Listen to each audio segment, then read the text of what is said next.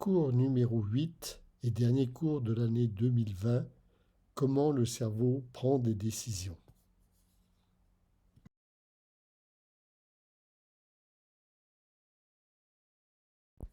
C'est une question fascinante. Comment prenons-nous nos décisions? Qui, à l'intérieur de notre tête, dans notre cerveau, nous conduit à prendre telle ou telle décision? Comment ces décisions sont prises? Comment sont-elles influencées par l'extérieur? Comment prenons-nous conscience de ces décisions? C'est ce que nous allons essayer de voir. Et c'est quelque chose qui est à la fois fascinant, mais une approche qui est quand même assez difficile.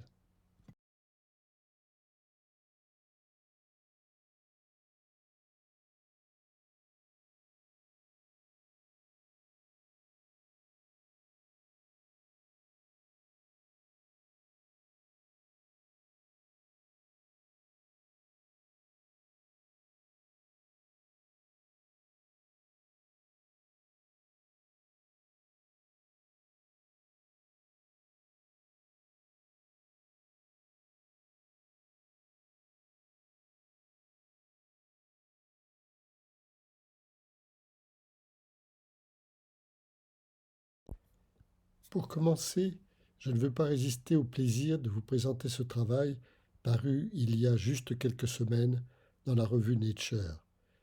L'objet est d'essayer de comprendre comment la petite larve du poisson d'agneau, du zébrafiche, du poisson zèbre, prend des décisions.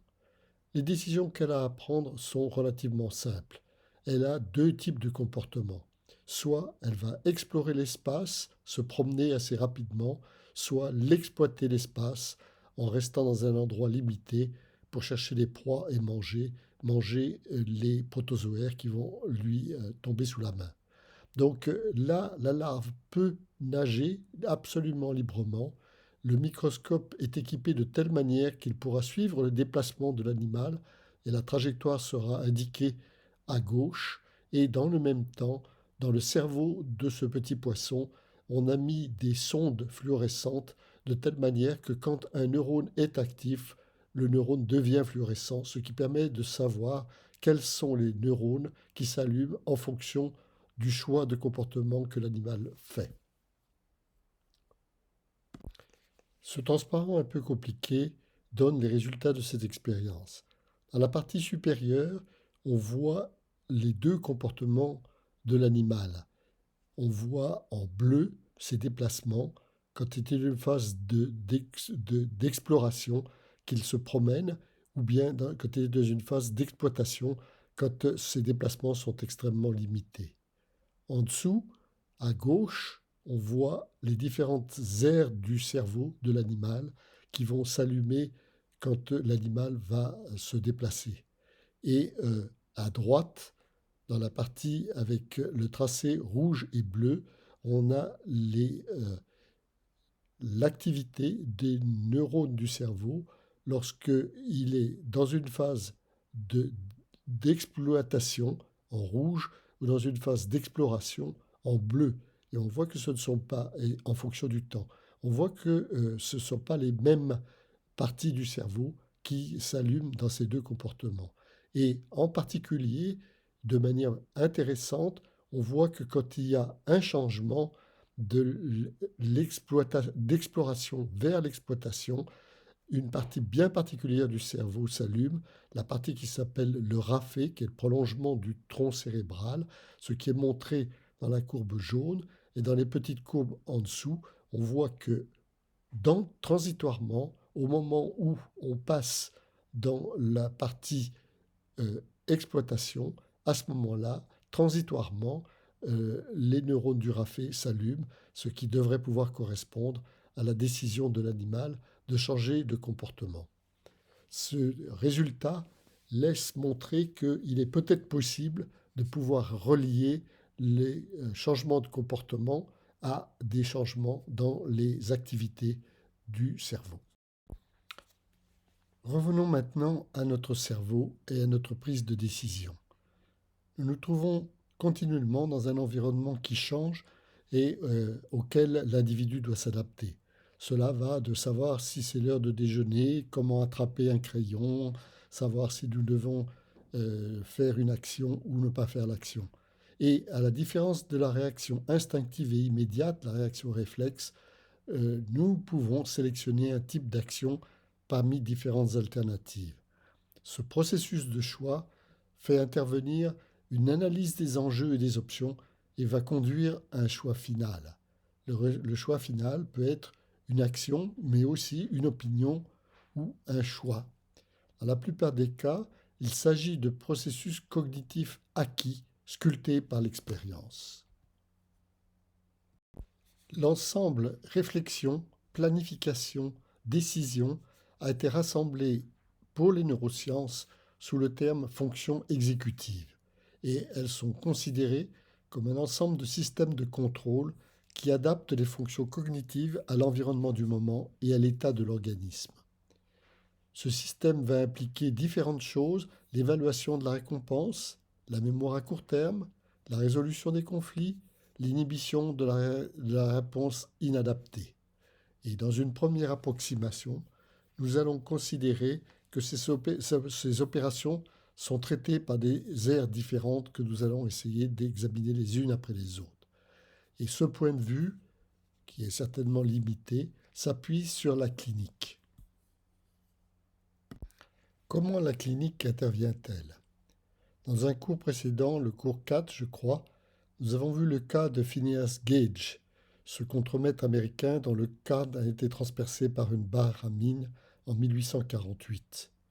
Et les médecins qui ont examiné les données de Phineas Gage, en particulier John Harlow, ont proposé l'existence de structures du cerveau responsables de la planification et de l'exécution de comportements adaptés socialement. C'était déjà mettre une étiquette sur les aires responsables de certains des fonctions exécutives dont nous allons parler. Et l'analyse du crâne, qui a été reprise encore par Damasio aux États-Unis dans les années 1990, a identifié les aires détruites au cortex préfrontal. Nous allons maintenant voir quelles sont les principales aires que l'on implique dans les fonctions exécutives. Alors, je viens de parler du cortex préfrontal. Ce qu'on appelle le cortex préfrontal, c'est dans le cortex frontal, la partie qui est en avant du cortex moteur. On a le cortex moteur qui est situé à la limite entre le cortex frontal et le cortex pariétal, et devant le cortex moteur, c'est le cortex préfrontal. Et nous allons voir dans la suite du cours que l'on a de nombreuses parties que l'on distingue dans le cortex frontal. On voit sur l'image A ce qu'on appelle le côté latéral, avec le côté dorsolatéral en haut et le côté ventrolatéral en bas, qui sont ce que l'on voit quand on regarde le cortex frontal par le côté. Si on sépare les deux hémisphères, on voit la partie médiale du cortex frontal et on voit la partie dorsomédiale, la partie ventromédiale et en avant ce qu'on appelle le cortex orbital.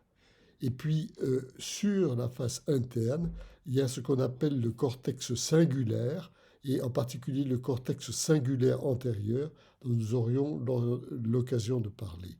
D'autres aires sont impliquées dans ces fonctions exécutives.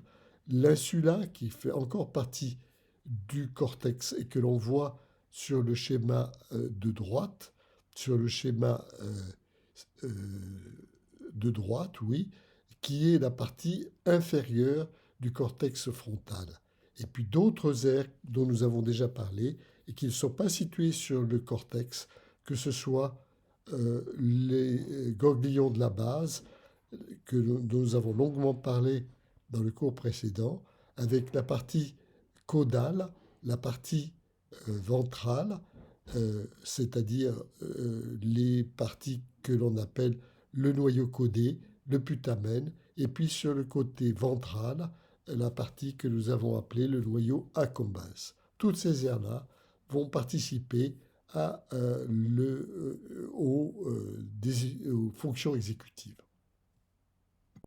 Si on reprend le cortex préfrontal et que l'on regarde le développement du cortex préfrontal, on voit l'énorme augmentation du cerveau, ne serait-ce que parmi les mammifères. Là, on a présenté le rat, le singe écureuil, le chat, le macaque, le chimpanzé et l'homme. Et on voit cette énorme augmentation du cerveau. On voit que, en valeur absolue, quand on regarde l'augmentation de surface du cortex préfrontal, ce qui est montré dans le diagramme en dessous, l'abscisse montre l'augmentation du volume et on voit que parallèlement à l'augmentation du volume, on a une augmentation de la surface du cortex préfrontal. En revanche, si on regarde parmi les primates le poids relatif du cortex préfrontal, on voit que l'augmentation est moins rapide dans cette famille de mammifères. L'importance du cortex préfrontal est aussi montrée par les nombreuses communications, les nombreuses connexions qui peuvent exister. Le schéma montre le cortex préfrontal du macaque et on voit en rose les communications qui existent entre les différentes sous-aires présentes dans le cortex préfrontal et aussi dans les communications qui existent avec les autres aires du cerveau, en particulier d'une part avec l'information sensorielle, cortex auditif, cortex visuel, cortex d'autres aires sensorielles, temporales par exemple, temporale médiale, temporale inférieure, et puis les communications qui existent avec les aires qui vont permettre d'exécuter les décisions qui ont été prises par les fonctions exécutives, que ce soit les aires motrices ou bien des aires postérieures conditionnant l'attention par exemple. Le cortex préfrontal est en bonne position pour effectuer des synthèses dans toutes les informations qu'il reçoit. Ce transparent montre la situation chez l'homme et il sépare d'entrée le cortex préfrontal latéral et d'autre part le cortex préfrontal ventromédial ou le cortex orbitofrontal qui sont à peu près avec des choses correspondantes.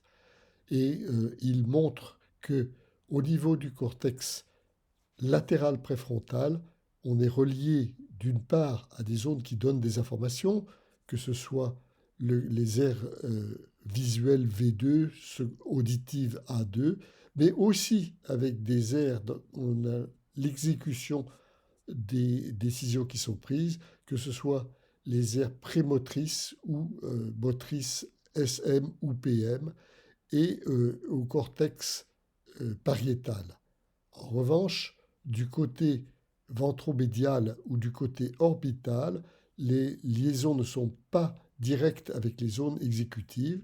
Le cortex ventromédial ou orbital va passer les informations au cortex latéral préfrontal et recevoir des informations qui vont venir d'autres aires, qui vont venir des aires, disons, du cortex temporal médian ou des zones comme l'amygdale qui va transmettre, qui va intervenir dans ce qu'on appelle le cortex de l'émotion ou bien dans les zones comme le thalamus qui va donner des informations déjà très intégrées ou dans les ganglions de la base dont nous avons déjà parlé. Donc on voit déjà dans deux parties différentes du cortex préfrontal des connexions qui sont un peu différentes avec des fonctions qui sont un peu différentes. Nous allons maintenant nous intéresser à la manière dont le cortex préfrontal va faire une évaluation des différentes options qui se présentent à lui. Et nous allons montrer que dans cette évaluation, c'est la partie orbitale, la partie qui est en avant, juste derrière les yeux, qui joue un rôle important. Dans l'évaluation des différentes possibilités qui s'offrent à lui, le cerveau peut utiliser la suggestion d'une récompense comme un élément de cette évaluation. Ainsi, si on est en période chaude, les suggestions le choix d'une boisson fraîche est un élément important qui va participer à la prise de décision que l'individu va prendre. Alors, nous avons déjà vu dans le cours numéro 7 que l'évaluation de la récompense passe par la libération de dopamine au niveau de l'aire tegmentale ventrale. Et vous avez déjà vu ce schéma. L'aire tegmentale ventrale est située au niveau du centre du mésencéphale. Et c'est la partie violette qui est ici. La partie violette va se projeter au niveau du noyau accumbens dont nous avons déjà parlé, puis au niveau des cortex préfrontaux, et en particulier du cortex orbitofrontal dont nous avons déjà parlé. Nous avons déjà vu que le noyau accumbens et le noyau orbitofrontal participent au réseau du plaisir, ce qui est un élément de la récompense dont prend acte le cerveau au moment de prendre une décision.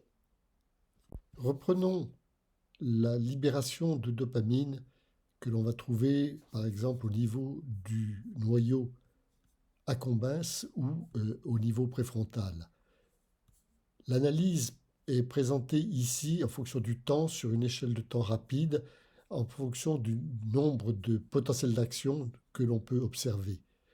Lorsque la récompense est montrée au macaque, ce qui est marqué JUICE, c'est la récompense qui est promise.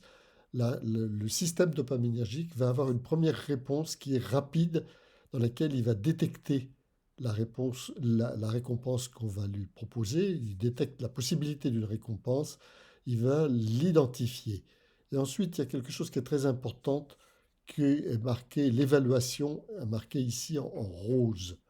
On va voir que lorsque l'on promet au singe des volumes variables de jus de fruits, 0,1 à 1 millilitre, à ce moment-là, la réponse va varier en intensité. Il y a un deuxième pic qui va indiquer l'importance, la valeur de la récompense qui est promise. On voit que là, on a un premier système qui permet de savoir ce que l'on va promettre, donner une valeur à ce que l'on va promettre. La participation du cortex préfrontal médian et voisin du cortex frontal orbital est aussi visible en imagerie IRM. Dans ce test, on a soumis des sujets à un choix entre Pepsi et Coca-Cola. Et on effectue d'abord un certain nombre de manipulations pour déterminer la préférence entre Pepsi-Cola et Coca-Cola. C'est ce qui est montré sur le diagramme de droite, où on voit que quand on fait des présentations de manière anonyme, certains préfèrent le Coca-Cola de manière de plus marquée que d'autres. Et lorsque le choix est fait dans l'IRM, alors on voit que l'allumage du cortex préfrontal médian suit le choix qui est fait dans le test comportemental. L'activation est proportionnelle à la préférence. Et c'est le cortex orbitofrontal, préfrontal médian dans ce cas-ci, qui est la zone qui distingue ces choix. Ainsi, le cortex orbitofrontal participerait-il au choix? C'est-à-dire que, en fonction des conditions qui lui sont présentées, l'animal ou le sujet choisit une ou l'autre des solutions. Mais pour affirmer cela, il faut pouvoir montrer que ce ne sont pas les caractéristiques de l'un des alternatives du choix qui déclenchent ce choix, mais que c'est bien un choix subjectif fait en fonction des conditions qui lui sont présentées. Alors pour tester ça, voilà une expérience faite avec un macaque. le macaque a devant lui deux objets. Il apprend que bouger l'un des objets, dans le premier cas, bouger la pyramide jaune, va donner une réponse. Il ne doit pas toucher à l'autre objet, déplacer juste la pyramide jaune. Dans un deuxième essai, maintenant, c'est le cube bleu, déplacer le cube bleu qui sera récompensé. Dans le premier cas, la récompense était des cerises. Dans le deuxième cas, la récompense est des cacahuètes. Maintenant, on va poser un problème supplémentaire au singe, c'est-à-dire qu'il a devant lui soit la pyramide qui était récompensée, soit le cube qui était lui aussi récompensé. Mais, préalablement à cette dernière expérience, on a donné au singe des cerises en abondance, de telle sorte que son attrait pour les cerises va diminuer et que l'on voit que c'est le cube bleu, celui qui est récompensé par les cacahuètes, qu'il va bouger. Donc c'est quelque chose que nous avons trouvé précédemment dans le cours numéro 7. Ce n'est pas le goût qui compte, c'est quelque chose qui est subjectif en fonction de son degré d'alimentation. Et si le singe a son complexe orbitofrontal qui a été lésé, l'animal n'est plus capable de distinguer et va prendre aussi bien la pyramide bleue, la pyramide jaune que le cube bleu. Ce que nous allons voir maintenant est l'une des choses les plus étonnantes que vous verrez dans ce cours. C'est ce que l'on appelle la neuroéconomie. Voilà le problème. Pour que l'OFC puisse effectuer un choix, il faut qu'il attribue des valeurs aux différentes options. Et la manière dont il effectue les valeurs va être révélée par cette expérience faite avec un singe rhésus. Le singe est en face d'un écran et on lui demande de fixer un point central. Puis ensuite, il a des carrés jaunes qui se mettent à gauche, des carrés des carrés bleus qui se mettent à droite. Les carrés jaunes sont des carrés qui vont correspondre à une récompense A et les carrés bleus à une récompense B. Ensuite, donc, le singe est autorisé à ne plus fixer le point central, mais à chercher la gauche ou la droite. Et s'il va à droite, par exemple, il y a 3 carrés bleus, il reçoit 3 valeurs de récompense.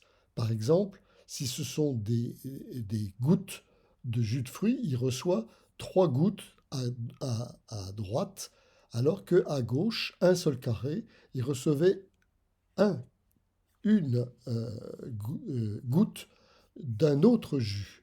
Et les deux jus, le singe ne les met pas à équivalence, il y en a un qui préfère.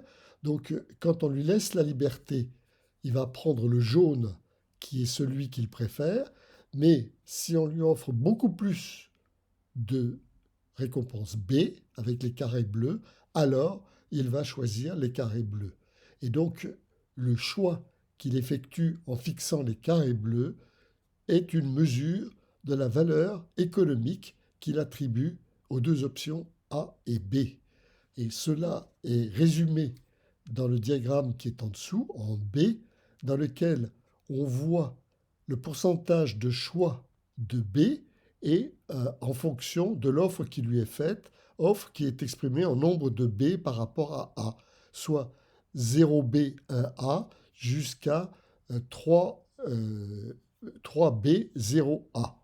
Et vous voyez que le singe va changer d'avis au-delà d'un certain moment, qui va montrer la valeur pour laquelle il y a une équivalence entre la valeur de A et la valeur de B. Dans l'exemple qui est donné, 1A est égal à 4B. Il faut lui offrir 4 fois plus de B pour qu'il choisisse B tant qu'il a la possibilité de choisir A. De manière absolument remarquable, cette capacité de choix que nous avons vue au niveau du comportement se retrouve aussi au niveau de l'activité de neurones isolés. C'est-à-dire qu'il existe des neurones qui vont être des neurones qui vont mesurer le choix en valeur A ou en valeur B, par exemple. Dans l'exemple qui nous est donné ici, on voit à gauche en B la valeur de A. Donc le point équivalent a été trouvé, 1A égale 2B. Au départ, l'activité électrique du neurone, lorsque on lui offre 3A et 1B, il choisit automatiquement A. Et il va garder le choix de A, marqué par la courbe en rouge, jusqu'au moment où on va atteindre la valeur de 2B pour 1A, valeur à laquelle il va choisir maintenant B. C'est le même neurone, l'activité électrique de ce neurone est passée d'une activité électrique forte, quand il y avait le choix de A, à une activité électrique faible, quand le choix était en faveur de B. De la même manière, à droite, on voit la valeur de l'offre de B. Cette fois-ci, donc, le choix comportemental est le même, la courbe avec les ronds noirs, mais on voit que initialement, l'offre de B n'est pas prise tant que on n'a pas atteint une valeur suffisante. Puis, quand on a atteint la valeur suffisante, 50% du changement, alors on passe avec les ronds rouges qui veulent dire que ce neurone-là va être activé par l'offre de B. Donc vous voyez, on a dans cette expérience montré qu'il y a des neurones qui mesurent la valeur de A et des neurones qui mesurent la valeur de B. Toujours dans le cortex orbitofrontal, on peut trouver des neurones qui ont d'autres spécificités. Par exemple, en D, on a un neurone qui réagit non seulement avec l'offre variable, mais il est du tout ou rien, il réagit soit à A, soit pas du tout. De la même manière, celui qui est en E ne fait pas la courbe continue que nous avons vue précédemment, il réagit uniquement lorsque le B est la récompense qui est choisie. De manière un peu plus compliquée, en F, on a un autre neurone dont on peut dire qu'il représente la valeur qui est choisie. En effet, on est toujours avec la même courbe comportementale marquée par les points noirs, et si on admet que 1A vaut 3B, le choix 0B, 1A vaut 3, le choix 1B, 3A vaut 10, le choix 1B, 2A vaut 7, etc. Et donc on voit que l'on a une forme en courbe de U qui correspond donc à la valeur qui est choisie, calculée selon l'équivalence qu'il y a entre A et B. Les chercheurs se sont ensuite intéressés à la manière dont les différents neurones contribuent à la délibération, au choix. Et ils ont observé des ensembles de neurones et on voit dans la partie A supérieure les neurones qui vont conduire à la décision A et les neurones qui vont conduire à la décision B, la condition choisie étant la dernière bien entendu. Et on voit que les différents neurones, en quelque sorte, votent de leur manière et que la majorité oscille. Autrement dit, il y a des délibérations qui sont prises avant que la décision ne soit complètement admise. Ce que l'on voit encore en D, où on voit la manière dont s'effectue la fixation des yeux du singe, quand il y a une décision rapide, il passe du point central vers le point rouge sans difficulté. Quand la décision n'est pas simple, à ce moment-là, on voit que le regard fixe tantôt à gauche, tantôt à droite, et c'est pendant cette période-là que s'effectuent ces délibérations qui sont traçables dans la partie F inférieure du diagramme. Revenons maintenant au cerveau humain et à l'imagerie IRM. La question que se sont posées les auteurs, ils ont admis qu'effectivement, dans un choix, les gens puissent avoir des préférences et que l'on trouve les mêmes choses que mises en évidence chez le macaque. Mais quand on ne pose pas, quand le cerveau n'a pas la question posée, quand il n'a pas à effectuer un choix, est-ce qu'il effectue quand même une évaluation de la valeur de ce qu'il voit? Et pour cela, donc, on a des sujets auxquels on montre soit des images de personnes, soit des images de lieux, soit des peintures. Et il y a un test comportemental, on leur demande pour chaque image d'établir sur une échelle le côté plaisant ou déplaisant de l'image qu'il leur est montrée.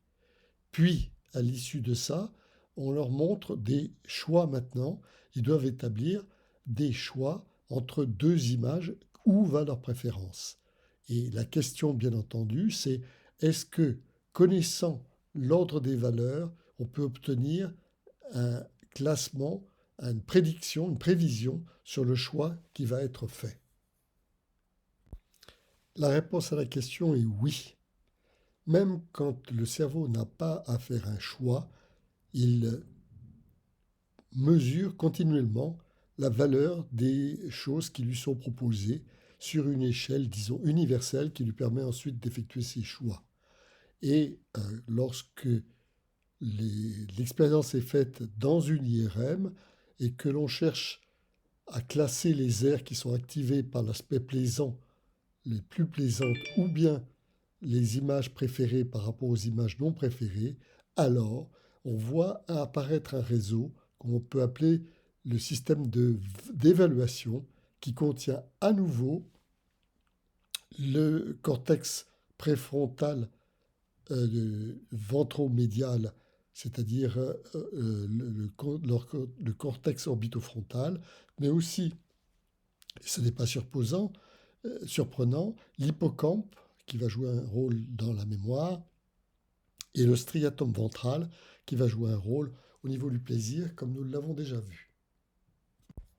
Ainsi, le cortex orbitofrontal est capable d'attribuer une valeur aux différentes choses qu'on lui propose. Évidemment, ce système de valorisation subjectif est utilisé pour faire du marketing, c'est-à-dire en voyant la réaction du cerveau, on peut supposer qu'on est sur une bonne voie sur le plan de la vente d'un produit. Mais inversement, les chercheurs ont regardé si ce système de valorisation n'est pas non plus faussé par des valeurs extérieures, comme par exemple par le marketing. Dans l'expérience en question, à sujet à l'intérieur de l'IRM, on fait goûter différents vins juste par une petite quantité avalée. Et pour un vin donné, on lui donne deux prix, un prix bon marché et un prix élevé. Et la surprise vient du fait que sur une réponse comportementale en B, où on leur demande s'ils aiment ou s'ils n'aiment pas le vin, on voit que le même vin, quand on lui attribue un prix plus élevé, les gens l'aiment beaucoup plus. Et de manière surprenante, l'OFC, le cortex orbitofrontal, fait la même erreur, ce que l'on voit dans la partie inférieure, c'est-à-dire que c'est bien le cortex orbitofrontal qui s'allume, mais quand on a les courbes obtenues avec le vin qui est bon marché ou le vin qui est cher, on voit une différence marquée au niveau de ce complexe et du système de valorisation. Comment les lésions du cortex orbitofrontal affectent-elles la vie de tous les jours des patients? Dans cette expérience, les expérimentateurs ont pris deux classes de patients. Ceux dont l'IRM est sur la figure du haut, sur la ligne du haut, correspondent à des patients avec un trouble au niveau du cortex orbitofrontal, tandis que ceux d'en dessous sont des patients avec une lésion qui n'est pas dans ce complexe, mais qui est ailleurs. Ensuite, on a montré des couples d'images qui correspondent soit à des fruits, soit à des personnalités, et on demande au sujet de classer dans le couple une image, préférentiellement à d'autres images. Et puis, d'après ce classement-là, on établit un classement général, étant donné que si on préfère A à B et B à C, A sera supérieur à C. Et ensuite, on regarde si cette transitivité est suivie. Et on observe que lorsqu'on regarde le pourcentage des erreurs au niveau des préférences, les erreurs sur la transitivité sont beaucoup plus grandes à droite, en noir, chez les patients atteints de troubles au niveau du cortex orbitofrontal.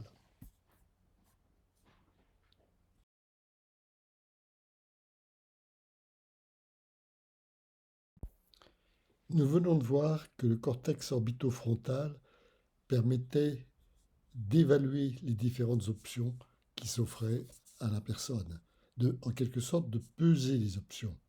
Le cortex préfrontal dorsolatéral établit maintenant, à partir de ces options, une stratégie, un planning pour aller jusqu'à la décision.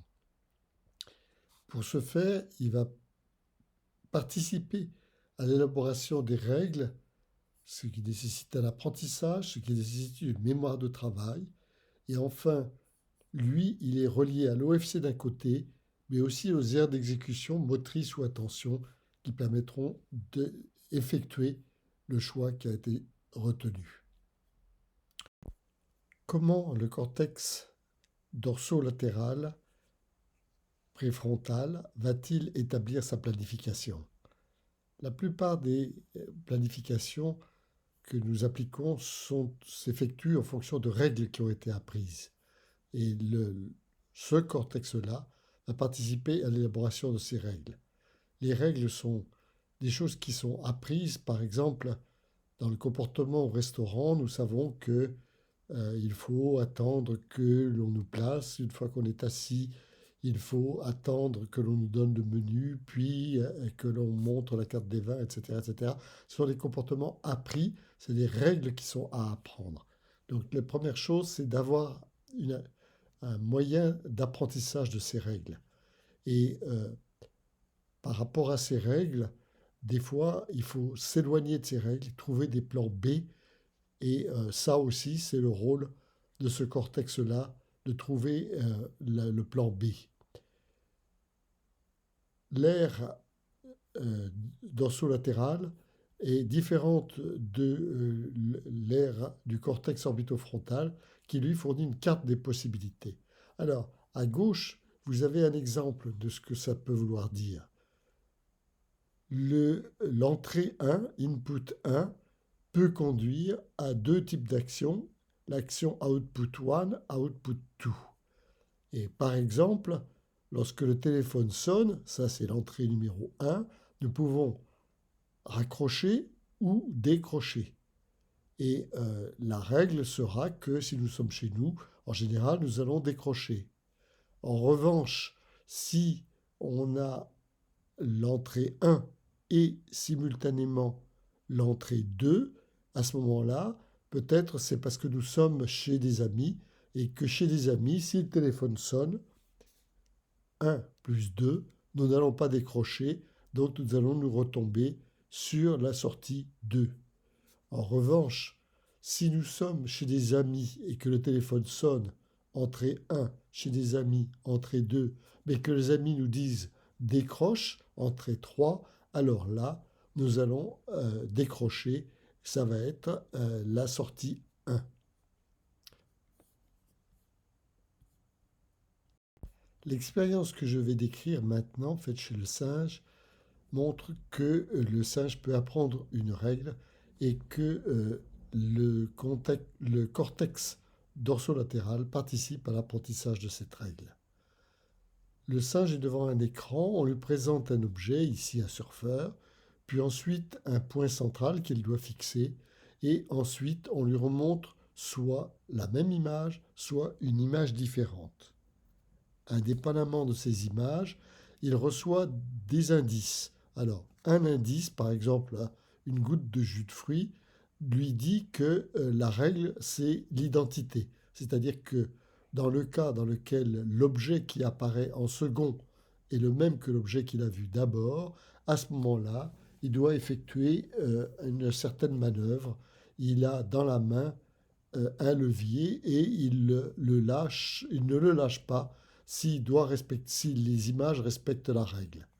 Si au contraire la règle est de ne pas suivre l'identité, alors il va lâcher le levier quand on lui présentera non pas l'image du surfeur, mais l'image de autre chose, de la lumière. Alors, la règle lui a été donnée par la goutte de jus et une autre règle peut lui être donnée par un autre signal qui peut être, par exemple, un son très fort. Et lorsque l'animal apprend la règle, alors ensuite, il y a une deuxième image qui est présentée, mais c'est juste pour garder l'attention de l'animal parce qu'on ne tient pas compte de cette deuxième image et de cette deuxième partie. Alors, lorsque l'animal a appris la règle, à ce moment-là, on peut changer les images, c'est ce qu'on voit dans ce qui est en dessous, et en changeant les images, l'animal va garder la même règle d'identité ou non-identité pour déterminer sa réponse. Simultanément, on enregistre l'activité électrique de neurones situés dans ce cortex dorsolatéral préfrontal. Et on voit, par exemple, que certains neurones, comme celui qui est illustré ici, réagissent à la règle d'identité et ne réagissent pas. La règle d'identité qui est montrée en bleu et vert sur l'objet A ou sur l'objet B et ne réagit pas du tout. Ce neurone ne réagit pas, ne donne pas d'activité spéciale à partir du moment où on est dans la règle de non-identité. Donc effectivement, ce respect des règles se retrouve au niveau cellulaire, au niveau des neurones.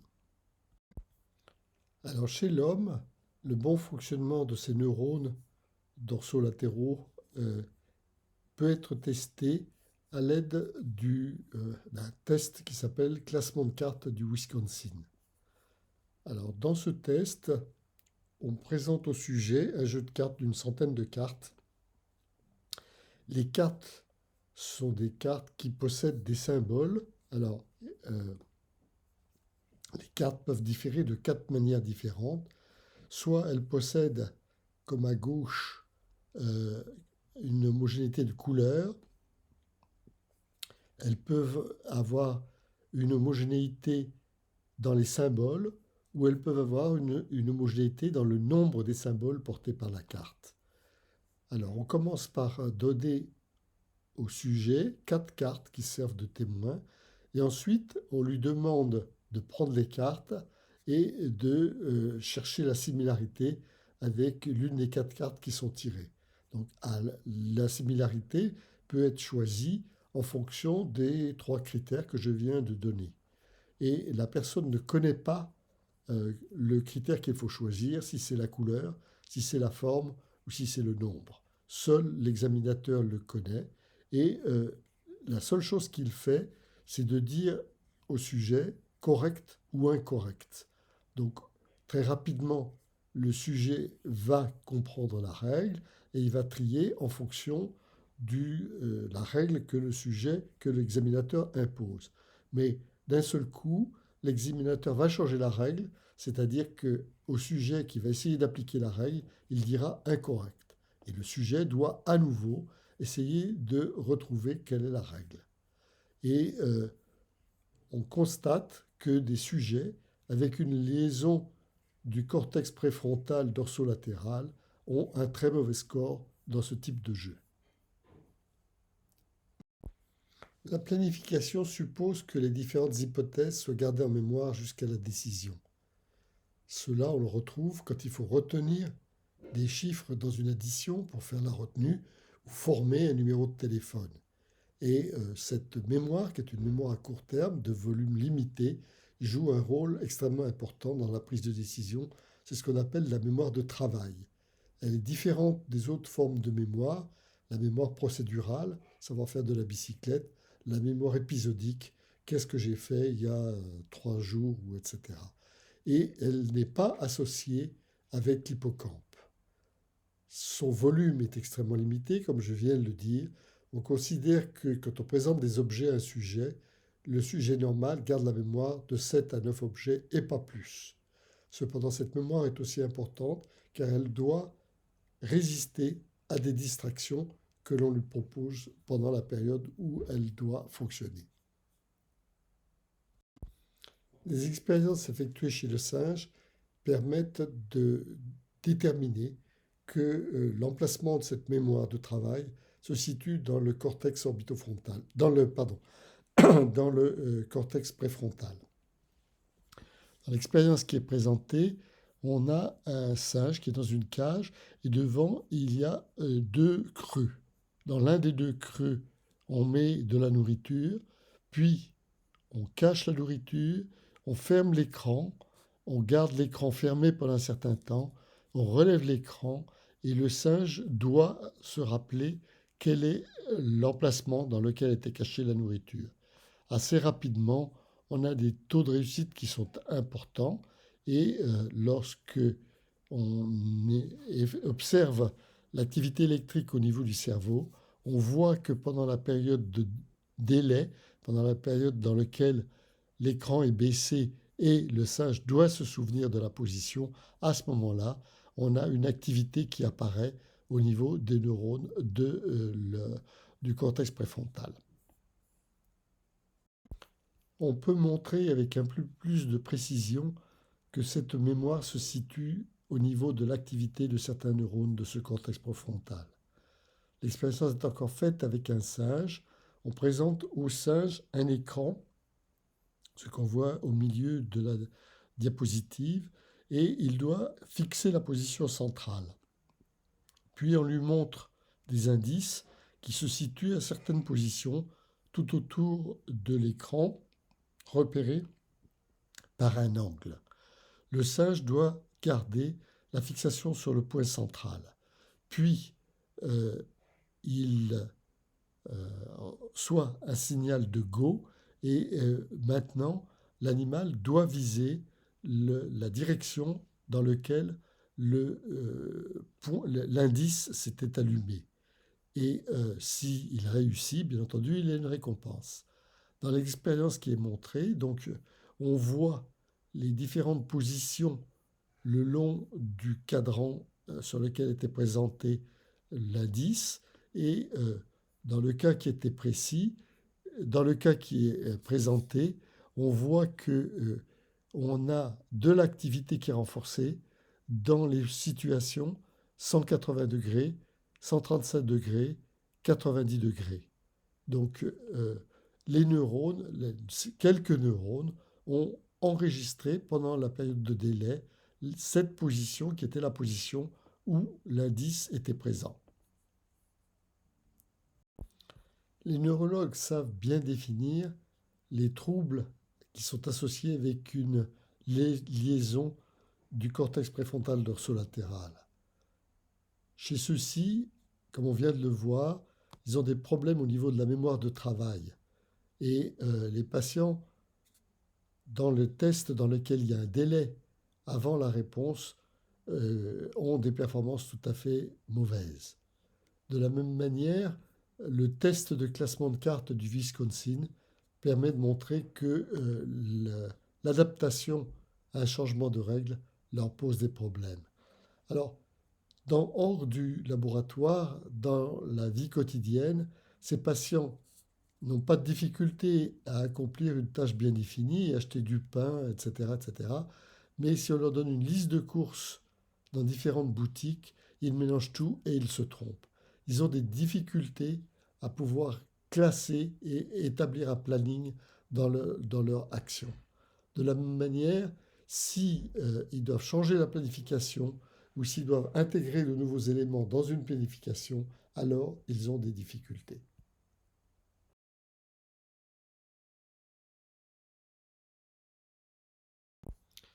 Nous allons voir maintenant comment le cerveau résout les conflits qui peuvent y avoir entre plusieurs choix, comment il s'adapte à la récompense maximale et comment il détecte les erreurs à venir.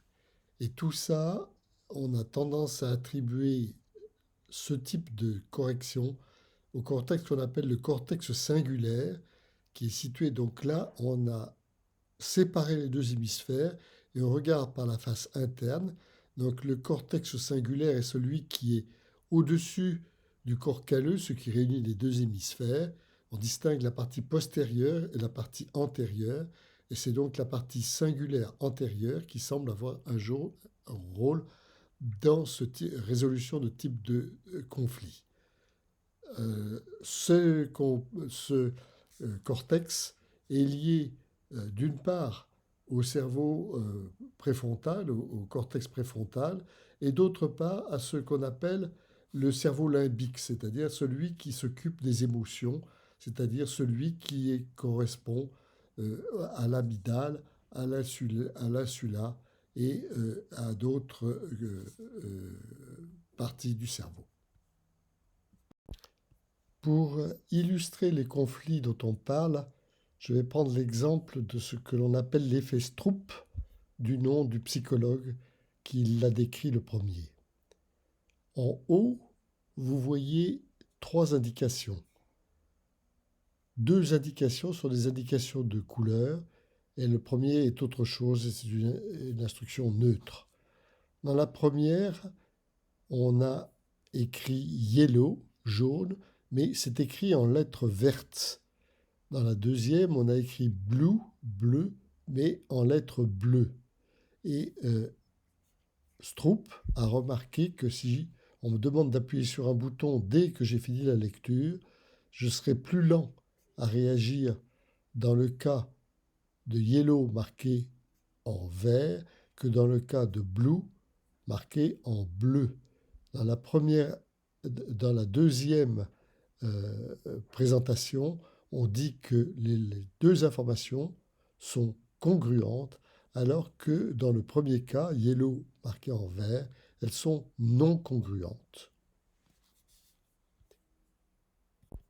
Lorsque l'effet Stroop est observé chez des sujets qui sont à l'intérieur de l'IRM, alors on observe que les réponses, les images non congruentes activent spécifiquement la partie du cortex singulaire antérieur marquée ACC à gauche. Et de la même manière, ce même cortex s'active aussi lorsque on a des essais erronés qui sont comparés avec des essais corrects.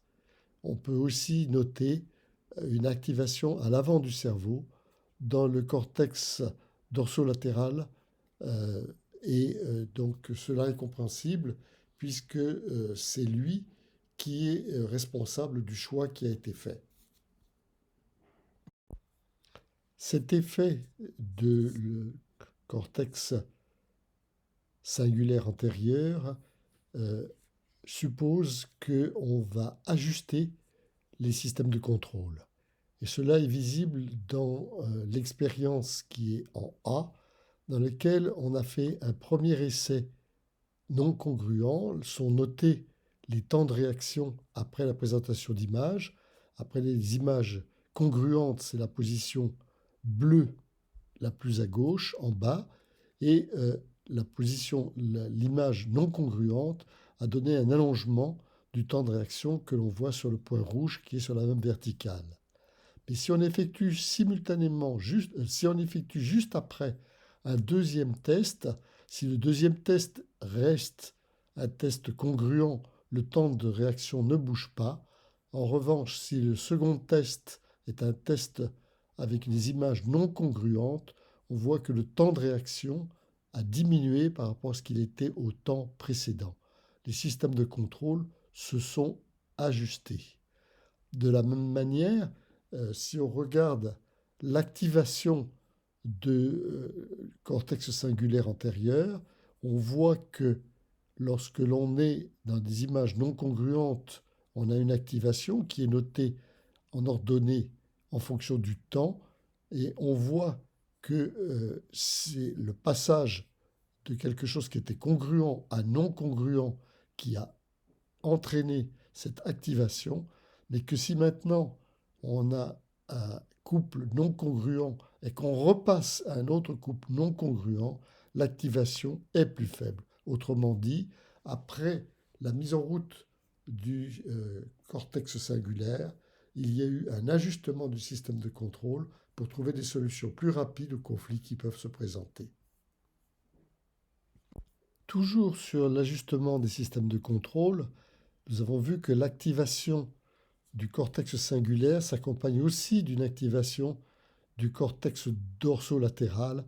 Et en fait, ce cortex dorsolatéral, celui qui donne la planification, va tirer des leçons du test précédent. Et c'est ce qui est montré dans le diagramme D, où on regarde l'activation qu'a produit le conflit au niveau du cortex singulaire, et on voit que dans le test qui suit, le cortex dorsolatéral s'active proportionnellement à l'activité qui a été vue précédemment. Autrement dit, plus le cortex singulaire a été obligé de corriger, plus le cortex dorsolatéral va tenir compte et s'adapter dans l'essai suivant.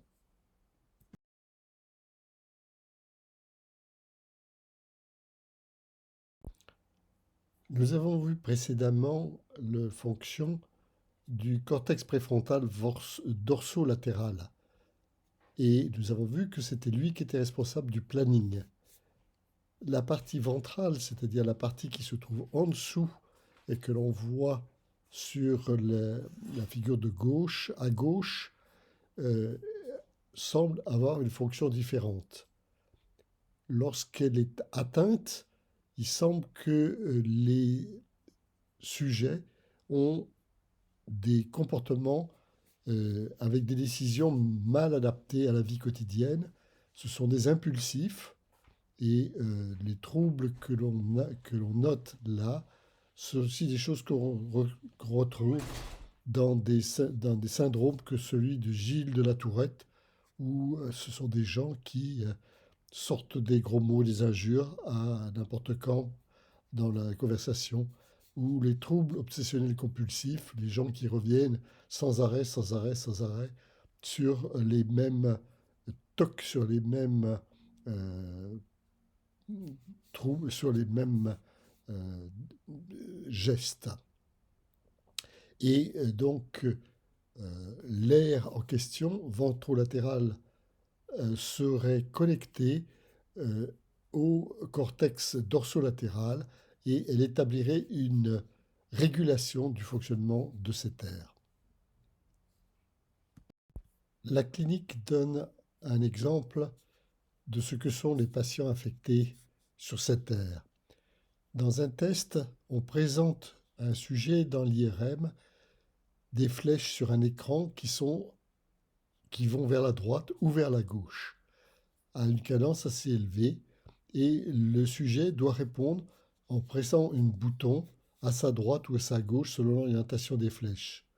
Et de manière aléatoire, retentit un bip et le sujet doit alors stopper d'appuyer. Et donc on mesure le temps de réponse entre le signal stop et l'arrêt de la réponse. Et donc l'expérience est faite avec des patients ayant différentes liaisons de la cortex préfrontal ventrolatéral et on constate un allongement du temps de réponse que l'on voit en abscisse ici en fonction de l'importance du dommage subi dans ce cortex ventrolatéral préfrontal. De manière un peu surprenante, ce même cortex a été impliqué dans l'inhibition que l'on peut avoir de souvenirs désagréables, la capacité que l'on a de faire disparaître de sa mémoire un certain nombre de souvenirs avec un influx négatif. La manière dont l'expérience est faite est la suivante. À un patient qui est dans l'IRM, on va montrer des couples d'images, un visage associé avec une image traumatisante. Et on a 40 paires d'images avec à chaque fois un visage et la même scène associée.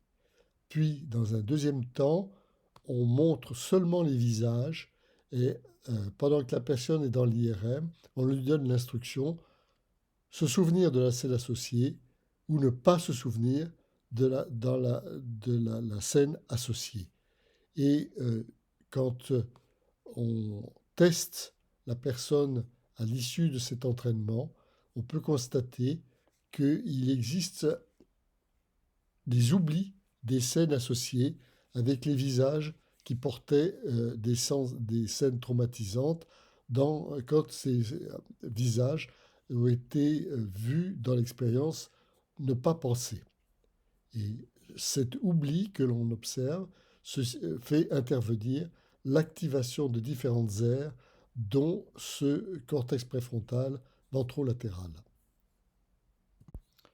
Toutes nos décisions sont-elles rationnelles? Nous savons bien que les émotions peuvent intervenir dans nos prises de décision. Nous allons voir maintenant comment s'effectue cette interaction entre émotion et décision. Jusqu'ici, nous avons vu comment le cerveau tient compte d'informations provenant de la possibilité de récompense, des erreurs, de la mémoire, des sensations externes.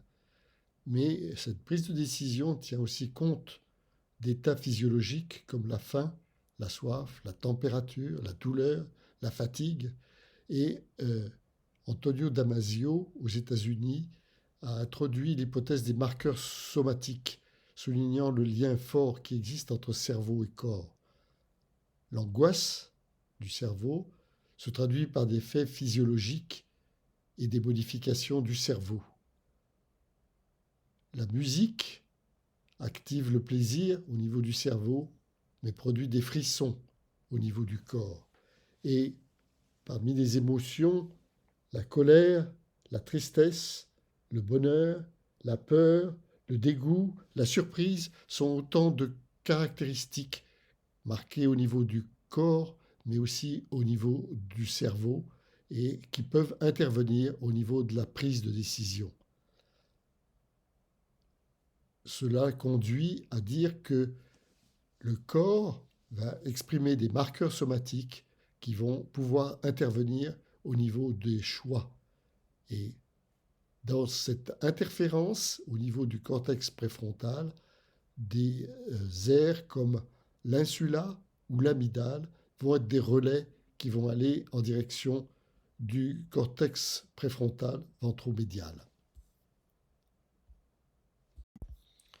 Une première expérience qui révèle l'influence de ces états somatiques a été mise au point par le laboratoire de Damasio et on l'appelle The Iowa Gambling Task, le jeu de test de l'Iowa.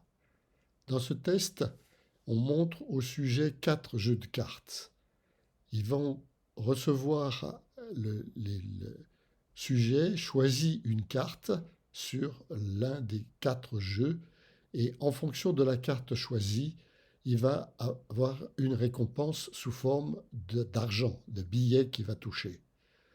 Les jeux A et B donnent des récompenses régulières qui sont supérieures à ce que l'on obtient en C et D. Mais avec les jeux A et B, il y a aussi des dettes à payer et les dettes arrivent relativement fréquemment, de manière aléatoire, réglées par l'expérimentateur, et ces dettes sont nettement plus fortes dans les jeux A et B que dans les jeux C et D, de telle sorte que les jeux A et B sont désavantageux, le choix des jeux A et B est désavantageux par rapport au choix des jeux C et D. Le diagramme de gauche montre que très rapidement, les sujets se rendent compte que C et D est plus avantageux que A et B et ils préfèrent choisir C et D. Initialement, ils choisissent A et B et très rapidement, ils se convertissent et choisissent C et D. En revanche, on voit que dans les patients atteints de troubles, de lésions au niveau du cortex préfrontal ventromédial, le choix initial vers A et B est maintenu en fonction du temps et qu'ils ne choisissent pas C et D. Ils ont donc un comportement qui est désavantageux. Et si on effectue une mesure du marqueur somatique d'angoisse que représente la sudation au niveau du poignet, hein, on mesure la conductance de la peau au niveau du poignet, on voit que chez les contrôles, chez les sujets normaux, le choix de A et B, qui sont désavantageux, produisent rapidement un signal d'alarme, alors que les choix de C et D ne produisent pas ce signal d'alarme. Et de manière extrêmement intéressante, on voit que ce signal d'alarme, ce signal d'alerte sur A et B apparaît avant que le joueur ne joue des cartes désavantageuses. C'est une réaction d'alarme inconsciente qui se produit entre le marqueur somatique et le PFC qui va conduire à faire le choix. Donc il y a le marqueur somatique qui intervient pour prévenir d'un choix défavorable.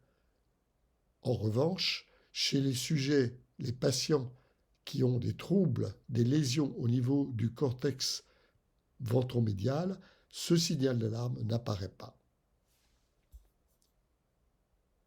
L'expérience suivante est encore un autre exemple de décision irrationnelle. Comment notre décision peut être faussée par la manière dont on présente les choses.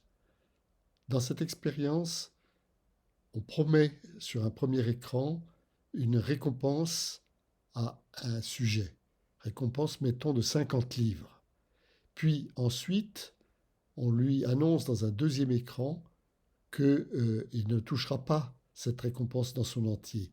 Mais on lui présente les choses de deux manières différentes. Soit on lui dit, vous allez garder un gain de 20 €, une version positive, soit on lui donne une version négative, vous allez perdre 30 €. Bien évidemment, les deux sont équivalents. Mais avec le même écran, on lui donne la possibilité d'effectuer, de jouer pour essayer d'avoir la totalité de la somme. Et on constate que lorsque on lui présente les choses sous forme d'un gain, la version qui est en haut, le sujet ne va pas choisir l'option de jouer, il préfère garder ses 20 €.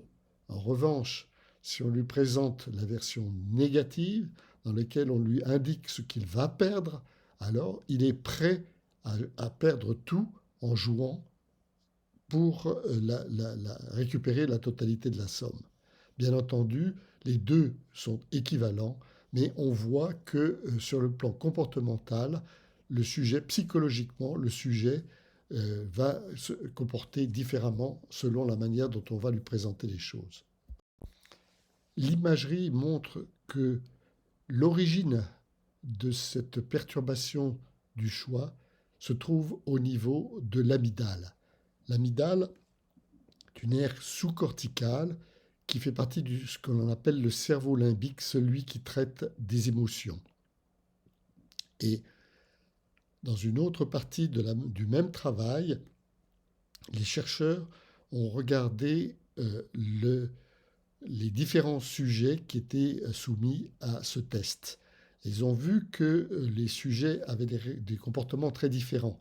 Certains avaient une très forte activation de l'amygdale, avaient des choix irrationnels qui étaient très marqués, et d'autres étaient beaucoup moins susceptibles à cet effet. Ils ont donc établi ce qu'ils ont appelé un index de rationalité. Et quand ils ont comparé les réactions des différents sujets en fonction de leur index de rationalité, ils ont vu que étaient d'autant plus rationnels les sujets chez lesquels le cortex orbitofrontal s'allumait plus fort, s'activait plus fort. Donc on montre ainsi que la décision rationnelle est sous la direction du cortex orbitofrontal et que, au contraire, l'irrationalité active l'amygdale qui donne un effet de contexte ici assez sensible. Le résultat de la prise de décision est quelque chose qui apparaît dans la conscience. Mais les chercheurs se sont posé la question, de savoir si toutes les opérations préalables à cette apparition dans la conscience existaient en dehors de la conscience. Pour cela, on a conçu l'expérience suivante. Le sujet est à l'intérieur de la machine et il doit faire un choix entre une addition ou une soustraction. Et le temps auquel il doit faire sa décision lui est laissé complètement à son initiative. Lorsqu'il va décider de faire l'opération, l'écran Z est devant ses yeux et à ce moment-là, sa décision est soit addition, soit soustraction. Dans l'écran qui va suivre l'écran Z, au centre, il va voir un chiffre, puis dans l'écran qui va venir après, il va voir un deuxième chiffre. Et l'opération qu'il a choisie, ici, la soustraction, va être la soustraction 6 moins 2. Et l'écran qui va venir encore après va porter aux quatre coins les résultats des deux opérations qu'il aura pu choisir, soit l'addition 6 plus 2, soit la soustraction 6 moins 2. Donc le sujet indique avec quelque chose qu'il a à sa disposition à sa main droite quelle est la bonne réponse, ici 4 qui est dans le coin en haut à droite. Puis l'écran suivant va lui proposer un certain nombre de lettres qui sont les lettres centrales et ça lui permettra d'indiquer quel était l'écran auquel il a effectué le choix, ici le choix de la lettre Z. L'analyse des résultats montre les cinétiques d'activation de différentes aires du cerveau en fonction du temps. Et on voit que, au moment de la prise de conscience indiquée par le trait vertical rouge, des aires ont déjà été activées, que ce soit au niveau du cortex singulaire postérieur, le premier diagramme, soit au niveau du cortex préfrontal. Et cette anticipation doit correspondre à la prise de décision. Elle la précède par quelques 4 secondes, quelque chose comme ça. Donc, il n'est pas possible de déchiffrer quelle a été la décision qui a été prise, mais il est très vraisemblable que le processus de décision a été entamé au niveau de ces deux aires-là, préalablement à la prise de conscience de la décision elle-même.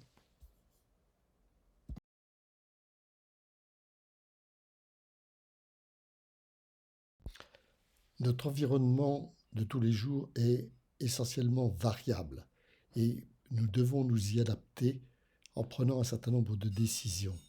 Prendre une décision, c'est évaluer les choix possibles, planifier à partir de ces choix une stratégie, évaluer les conséquences de ces choix. Les neurosciences vont s'efforcer de comprendre ces différentes étapes et pour cela, elles disposent de différents outils. Des études cliniques qui vont associer un comportement ou un changement de comportement avec une liaison bien définie. Des études chez l'animal qui permettent de relier un comportement à des études électrophysiologiques effectuées au niveau de l'activité des neurones. Et enfin, d'études d'imagerie par IRM qui vont associer la réalisation d'une tâche avec l'activation d'aires bien définies du cerveau. À la suite de la psychologie, les neurosciences montrent que la décision fait intervenir la mémoire, l'attention, l'apprentissage, les émotions. Mais les neurosciences montrent que ce traitement s'effectue au niveau du cortex préfrontal et de ses différentes composantes. Et les neurosciences montrent que ce cortex préfrontal est équipé de 2 systèmes tout à fait remarquables qui lui permettent de faire ce mécanisme de décision. Ces 2 systèmes tout à fait remarquables sont le système de valorisation, celui qui détermine la valeur économique subjective et qui est situé dans le cortex orbitofrontal. Et le deuxième système, c'est le système d'erreurs de prédiction de récompense qui s'appuient sur les neurones dopaminergiques. Voilà, merci.